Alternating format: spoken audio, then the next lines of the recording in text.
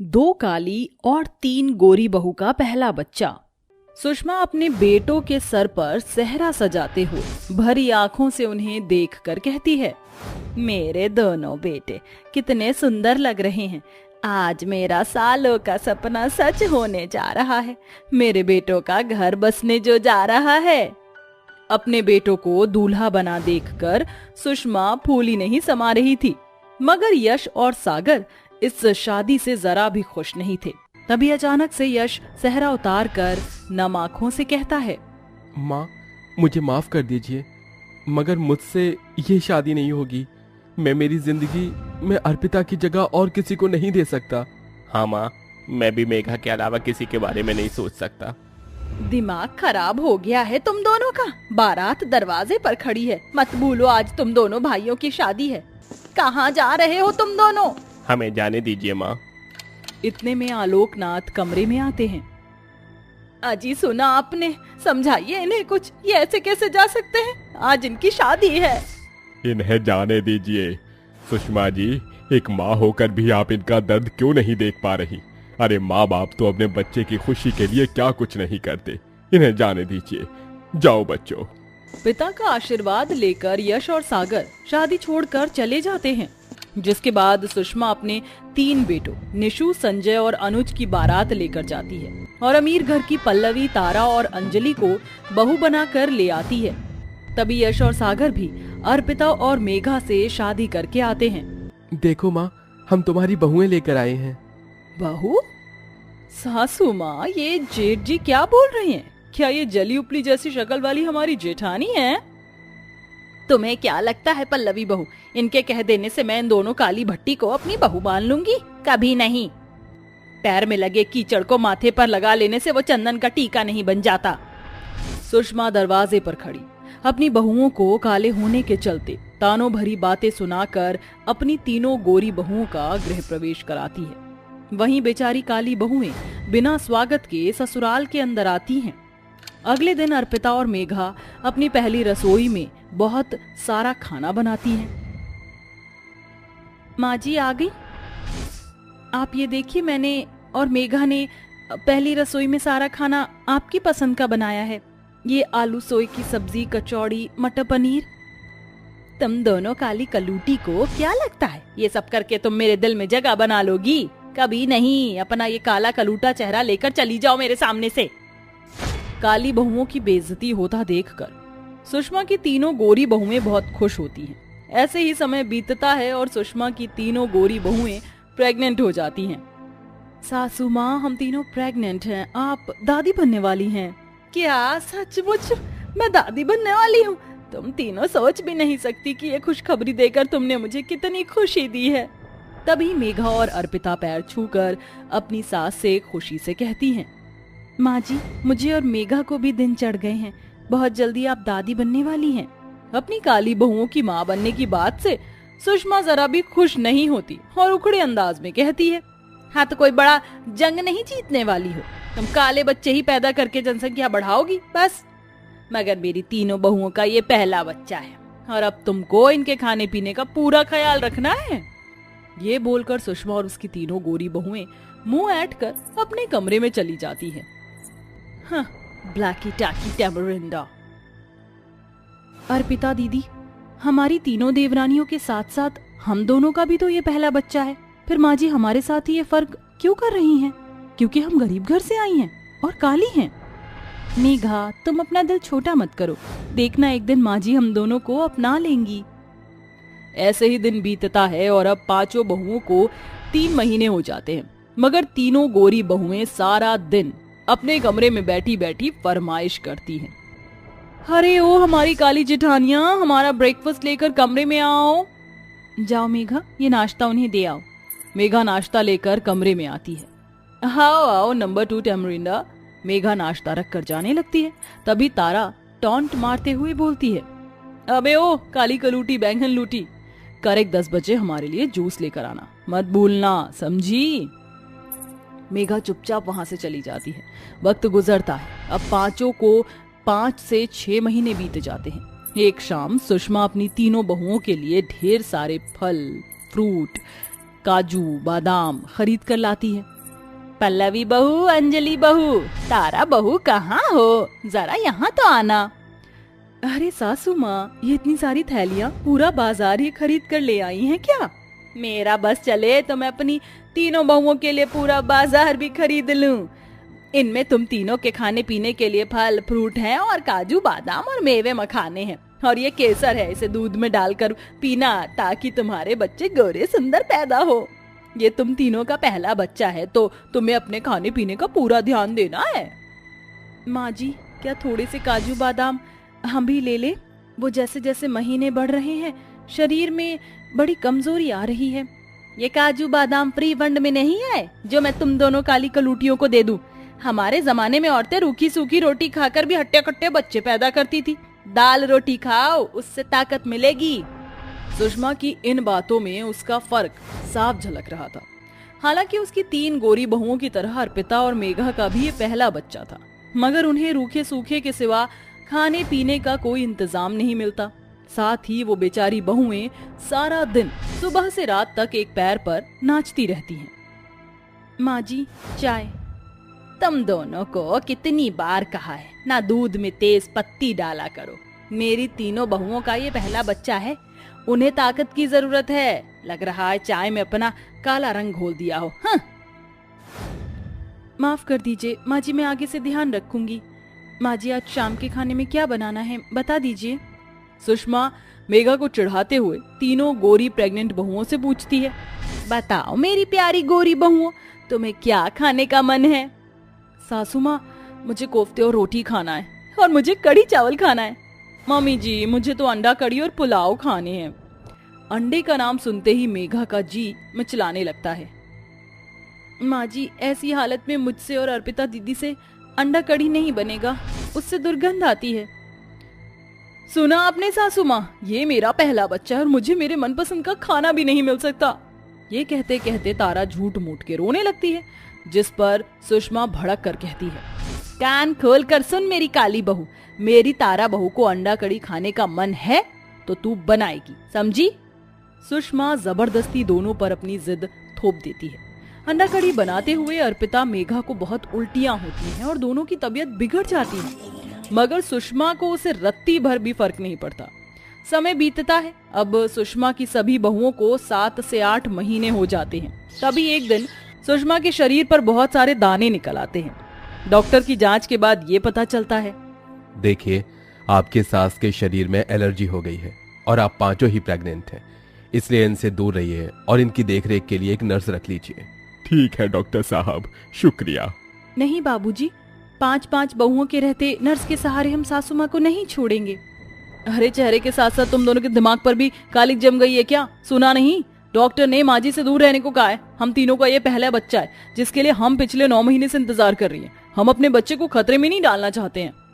ये कहकर सुषमा की तीनों बहुएं वहां से चली जाती हैं, मगर अर्पिता और मेघा अपनी सास की सेवा बाड़ी करती हैं। अर्पिता बहू, मेघा बहू, दूर रहो मुझसे, वरना तुम्हारे बच्चों को कुछ हो ना जाए। हमारे बच्चों को कुछ नहीं होगा माँ जी, उनकी सुरक्षा भगवान के हाथों में है। हमसे हमारी सास की सेवा का मौका मत छीनिए माँ जी। अर्पिता और मेघा दिन रात अपनी सास की सेवा बाड़ी में लगी रहती। वहीं सुषमा की तीनों बहुएं कई दिनों तक अपने कमरे से बाहर भी नहीं निकलती। कुछ दिनों बाद सुषमा ठीक हो जाती है, तभी उसकी तीनों बहुएं परेशान होने का ढोंग करती हैं। मगर अब सुषमा की आंखें खुल चुकी थी। भगवान का शुक्र है सासू माँ, जो आप ठीक हो गई। हाँ सासू माँ, हम तीनों तो बस आपके ठीक होने की ही प्रार्थना कर रही थी। बंद करो तुम तीनों ये नाटक। अर्पिता बहू, मेघा बहू, तुम दोनों मुझे माफ कर दो। मैं हमेशा रंग रूप के चलते तुम्हारे साथ फर्क करती रही, मगर तुमने अपनी और अपने बच्चे की जिंदगी जोखिम में डालकर भी मेरी सेवा की। कहो तुम्हें मुझसे क्या चाहिए? अर्पिता और मेघा भराई आंखों से सुषमा से कहती हैं, माँ जी, बस जब हमारा बच्चा इस दुनिया में आए तो आप अपना प्यार भरा हाथ उनके सर पर रखकर उन्हें अपने आशीर्वाद देना, हमें और कुछ नहीं चाहिए। अर्पिता की ये बात उसकी गोरी देवरानियों की आंखों को नम कर देती है और अब सुषमा बिना किसी फर्क के बड़े ही धूमधाम से अपनी पांचों बहुओं के आने वाले पहले बच्चे की गोद भराई करती है। तो तू फिर हार गया। अब तो तेरे पास दांव पर लगाने के लिए कुछ भी नहीं है। मेरा घर है ना, मैं उसे दांव पर लगाता हूँ।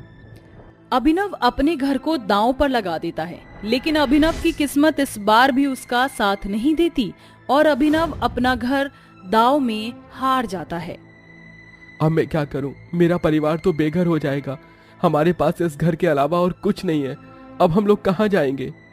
तू एक काम क्यों नहीं करता? अगर तू हमें घर नहीं दे सकता तो घर के बदले में 1,00,000 रुपए दे दे। मैं इतने पैसे कहाँ से लाऊंगा? मेरे पास तो 1,000 रुपए भी नहीं है। मुझे कुछ दिनों का समय दे दो। अभिनव के कहने पर बिरजू और मदन अभिनव को 2 महीने का समय दे देते हैं। अभिनव एक नंबर का जुआरी होता है। अभिनव की पत्नी अर्चना एक दर्जी होती है जो गांव के लोगों के कपड़े सिलकर अपने घर का खर्च चलाती है और अपनी 5 नंद का ख्याल रखती है। अर्चना रंग रूप से काली होती है, लेकिन काला रंग होने के बावजूद भी अर्चना दिल की बहुत साफ होती है। अर्चना, ये लो मेरी बेटी की शादी का कार्ड। तुम्हें और तुम्हारी 5 नंदों को मेरी बेटी की शादी में जरूर आना है। जी हम जरूर आएंगे। और ये लीजिए आपकी बेटी के कपड़े, मैंने ये सारे कपड़े सिल दिए हैं। विमला अर्चना की तारीफ करती है और उसे शादी का कार्ड और पैसे देकर चली जाती है। एक काम करती हूँ, इन पैसों से मैं शादी में जाने के लिए अपनी 5 नंदों के लिए कपड़े खरीद लेती हूँ। उनके पास शादी में जाने के लायक कोई कपड़े ही नहीं है। लेकिन ये 5 हैं कहाँ? सुबह से कहीं दिखाई नहीं दे रही हैं। लगता है ये 5 वहीं होंगी जहाँ मैं सोच रही हूँ। इतना कहकर अर्चना अपने घर के बाहर अपने आंगन में जाती है जहाँ उसकी 5 नंदे बैठी होती हैं। अर्चना की 5 नंदों को फूलों का बहुत शौक होता है, इसलिए उन्होंने अपने पूरे आंगन में हर जगह फूलों को उगा रखा था। अरे देखो, ये गुलाब का फूल कितना ज्यादा सुंदर लग रहा है। इन फूलों की खुशबू कितनी अच्छी है। ऐसा लग रहा है कि बस यहीं पर बैठी रहूं और इनकी खुशबू सूंघूं। इनकी जितनी अच्छी खुशबू तो और किसी चीज में आ ही नहीं सकती। दीप्ति, ज्योति, पूजा, मनीषा और निशा, तुम 5 को क्या पूरा दिन यहीं बैठना है? भाभी, आप जानती हो ना, ये फूल हमें कितने ज्यादा पसंद हैं। यहाँ से तो हमारा उठने का मन ही नहीं करता है। वो तो ठीक है, लेकिन अभी हम सबको बाजार जाना है। विमला काकी आई थी अपनी बेटी का शादी का कार्ड देने के लिए। अगले हफ्ते उनकी बेटी की शादी है, तो उसी के लिए मैं तुम सबके लिए कपड़े लेना चाहती हूँ। चलो अब जल्दी से तैयार हो जाओ, फिर हम सभी लोग बाजार चलते हैं। अर्चना की बात सुनकर अर्चना की 5 नंदे उठती हैं और जाकर तैयार हो जाती हैं। थोड़ी देर में भाभी और नंदे बाजार चली जाती हैं और कपड़े खरीदने लगती हैं कि तभी अर्चना की मुलाकात उसकी पड़ोसन कोमल से होती है। अरे अर्चना, तुम यहाँ, वो भी अपनी 5 नंदों के साथ? अरे वो विमला काकी की बेटी की शादी है तो उसी के लिए ही कपड़े खरीदने के लिए आए हैं। अच्छा, मुझे लगा कि कहीं तुम्हारी नंदों की सगाई होगी, इसीलिए तुम कपड़े खरीद रही हो। वैसे अर्चना, तुम्हारी 5 नंदों की अब शादी की उम्र हो गई है। कब तक इन्हें घर पर बिठा कर रखोगी? कहीं अच्छा लड़का नहीं मिल रहा था क्या? या कहीं ऐसा तो नहीं तुम्हारी नंदों में ही कोई खोट हो जो तुमने इतनी उम्र में भी अपनी 5 नंदों को घर पर बिठा रखा है? कोमल, ये कैसी बातें कर रही हो तुम? भूलो मत, ये मेरी नंद है और मैं अपनी नंदों के खिलाफ कुछ नहीं सुन सकती हूँ, समझी? मुझे मेरी नंदों के लिए अभी कोई अच्छा लड़का नहीं मिल रहा है। जब मिलेगा तो शादी का कार्ड सबसे पहले मैं तुम्हें ही देने आऊंगी, ठीक है? अर्चना की बात सुन कोमल का मुंह बन जाता है और वो वहाँ से चली जाती, जिसके बाद अर्चना भी अपने घर आ जाती है। अर्चना ये जानती थी कि कहीं ना कहीं कोमल की बात सही है। अर्चना ये समझ चुकी थी कि उसका पति अभिनव तो अपनी बहनों की शादी करवाने से रहा, इसलिए अब अर्चना ही अपनी 5 नंदों के लिए रिश्ता देखना शुरू करती है और अगले दिन होते ही मंदिर जाकर पंडित जी से इस बारे में बात करती है। कुछ ही दिनों में पंडित जी बहुत अच्छा रिश्ता लेकर आते हैं। पंडित जी ने आपकी 5 नंदों की बहुत तारीफ की है और हमें भी आपकी 5 नंदे बहुत पसंद हैं, इसलिए हम अपने 5 बेटों का रिश्ता आपकी 5 नंदों के साथ करना चाहती हैं और हमें कोई दहेज भी नहीं चाहिए। नीलम की बात सुन अर्चना बहुत खुश होती है और अर्चना भी इस रिश्ते के लिए हाँ कर देती है, जिसके बाद अब कुछ दिनों में अर्चना की 5 नंद की शादी की तैयारी शुरू हो जाती है।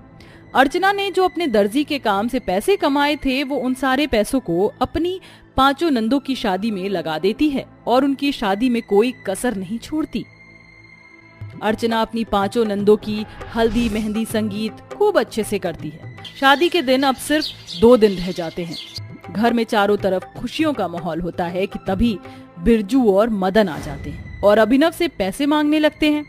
क्योंकि तुम्हारे पति ने ये घर जुए में हार गए हैं। अब तुम्हारा समय पूरा हो चुका है, अब हमारे पैसे दे दो वरना ये घर खाली कर दो। ये क्या कह रहे हैं आप? मेरी नंदू की शादी होने वाली है 2 दिनों में। अगर हम लोगों ने ये घर खाली कर दिया तो हम लोग कहाँ जाएंगे? प्लीज हमें थोड़ा समय और दे दीजिए। जो समय देना था हमने दे दिया, अब हमें पैसे चाहिए वरना ये घर खाली कर दो। बिरजू और मदन की बात सुनकर अर्चना काफी डर जाती है और उसे कुछ समझ नहीं आ रहा होता कि तभी अर्चना अंदर जाती है और अपने अलमारी से 1 लाख रुपए निकालकर बिरजू और मदन को दे देती है। जिसके बाद बिरजू और मदन वहां से चले जाते हैं और अर्चना अपने फूलों के आंगन में चली जाती है। वहां बैठकर वो रोने लगती है। भगवान, ये 1 लाख रुपए मैंने अपनी नंदू की शादी की जोड़े के लिए रख रखे थे, लेकिन अब इनकी शादी के लहंगे कहाँ से लाऊंगी? शादी को सिर्फ 2 ही दिन रह गए, मैं इतने पैसों का इंतजाम कहाँ से करूंगी? हे भगवान, कुछ तो चमत्कार दिखा। कि तभी अर्चना देखती है कि एक तितली फूलों में फंस गई है और वो मदद मांग रही है। मदद करो, मैं यहाँ इन फूलों में फंस चुकी हूँ। तितली को बोलता देख अर्चना बहुत हैरान होती है, लेकिन वो उसकी मदद करती है। अर्चना जैसे ही उस तितली को उस फूल से आजाद करती है तो वो तितली एक सुंदर सी परी का रूप ले लेती है। मेरी जान बचाने के लिए धन्यवाद अर्चना। आज तुम ना होती तो शायद मैं इन्हीं फूलों के बीच फंसकर मर जाती। मैं तुम्हारी सारी परेशानी जानती हूँ। तुम्हारी नंदो की 2 दिनों में शादी होने वाली है। उन्होंने और तुमने इन फूलों का बहुत ख्याल रखा है और इनको कभी एक बार भी मुरझाने नहीं दिया। इतना कहकर परी अपनी जादू की छड़ी से उन सारे फूलों पर एक जादू करती है। ये सभी मामूली फूल अब जादुई फूल बन गए हैं। ये फूल ना ही तो कभी मुरझाएंगे और ना ही कभी इनकी खुशबू खत्म होगी। इन फूलों से तुम अपनी 5 नंदों के लिए शादी का जोड़ा बना सकती हो। धन्यवाद आपका परी, अगर आप ना होती तो न जाने क्या होता। अर्चना जल्दी से अपने आंगन के सारे फूलों को इकट्ठा करती है और ले जाकर उन सब से अपनी 5 नंदों के लिए शादी का लहंगा बनाने लगती है। अर्चना फूलों के लहंगे को ले जाकर अपनी 5 नंदों को दे देती है। ये फूलों के लहंगे तो बहुत सुंदर हैं और इनमें से तो बहुत ही अच्छी खुशबू आ रही है। और ये फूलों की ज्वेलरी भी आपने हमारे लिए इतनी मेहनत करी। अगर आप ना होती तो हमारा क्या होता भाभी? चलो अब जल्दी से इन फूलों के लहंगे और ये फूलों की ज्वेलरी पहनकर तैयार हो जाओ, बारात आती ही होगी। अर्चना की 5 नंदे फूलों के लहंगे और ज्वेलरी को पहनकर तैयार हो जाती हैं और नीचे शादी के मंडप में आ जाती हैं। 5 दुल्हनों को फूलों के लहंगे में देखकर सब लोग हैरान हो जाते हैं और सबको उनके लहंगे पसंद आते हैं। जिसके बाद अर्चना की 5 नंदों की शादी होती है और वो अपने ससुराल चली जाती हैं। जिसके बाद अब अर्चना के पास बहुत से लोग फूलों के लहंगे बनवाने के लिए आते हैं और धीरे धीरे अर्चना अब फेमस होने लगती है और अभिनव भी अब अपनी सारी बुरी आदतें छोड़ देता है। जिसके बाद अब अर्चना और अभिनव एक साथ खुशी खुशी अपनी जिंदगी जीते हैं।